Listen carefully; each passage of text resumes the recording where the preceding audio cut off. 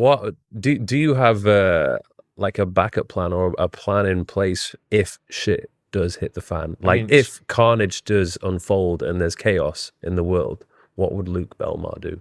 I think the first thing that you need to do is develop skill sets that are transcendent. So your ability to sell, your ability to negotiate, your ability to network. The second thing is you need to be multinational. So you can't just be dependent on one citizenship. And I know for a lot of people listening that may not have a lot of money, it may seem far fetched. But if you only have one passport and that government says, okay, well, you can't leave the country, then you're kind of screwed. Mm, So it's good to have multiple passports. I've been able to build a decent portfolio of passports. And then the final thing is a network, right? You need a global network, an international network of people that understand different things that are taking place in other regions of the world.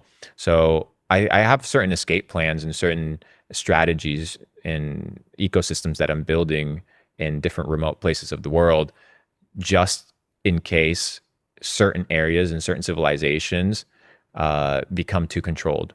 mhm, Usually, third world countries tend to be a good region. So, people or ecosystems that are still really moving with cash, that don't have a lot of digitalization, tend to be good. So, Indonesia is pretty mm, decent. You look at Bali. Bali's still a pretty good place to operate. Argentina now with the new presidency is giving you access to a lot more opportunity. Your ability to buy big plots of land.